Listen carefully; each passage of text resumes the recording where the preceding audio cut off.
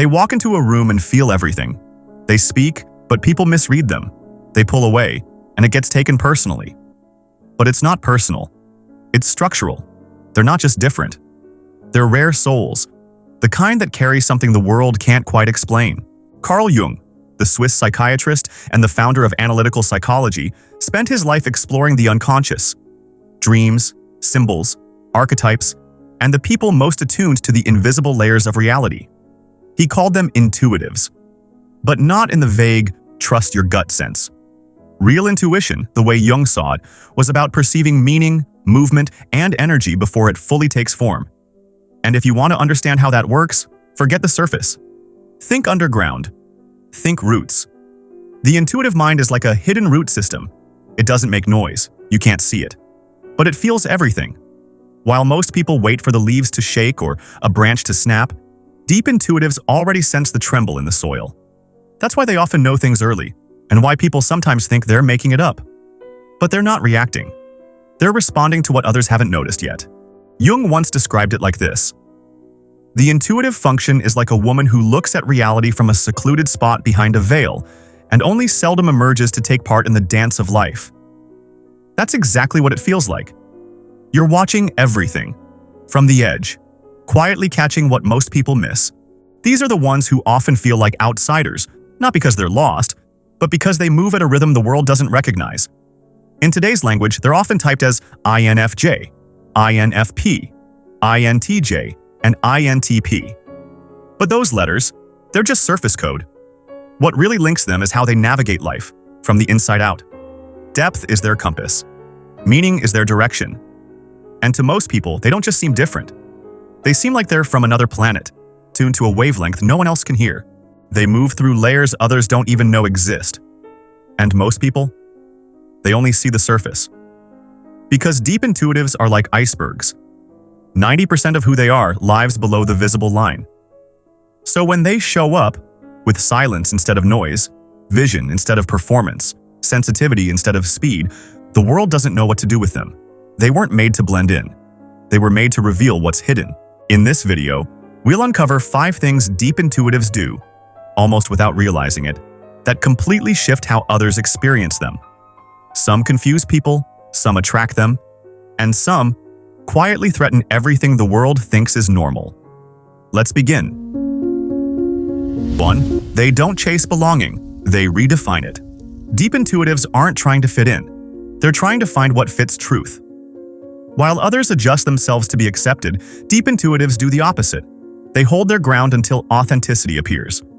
They walk into a room and don't mirror the energy. They measure it. They wait. They observe. They decide.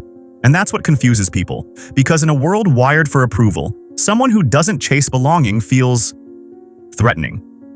But they're not being distant. They're being exact. They know who they are, and they're not going to trade that for applause.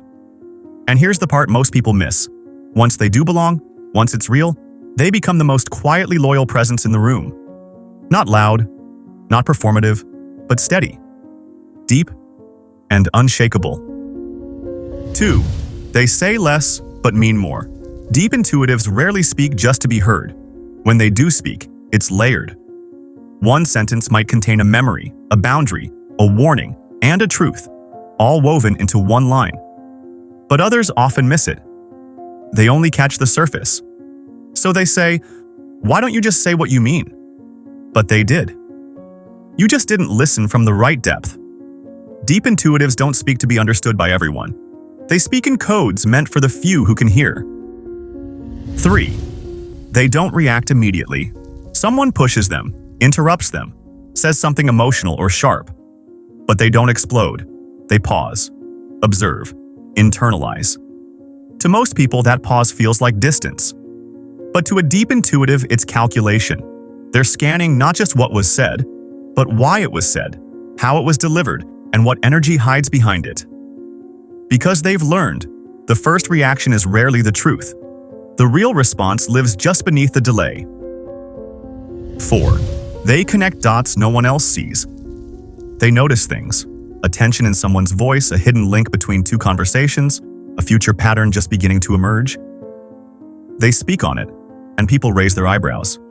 You're overthinking. You're imagining things, but they're not.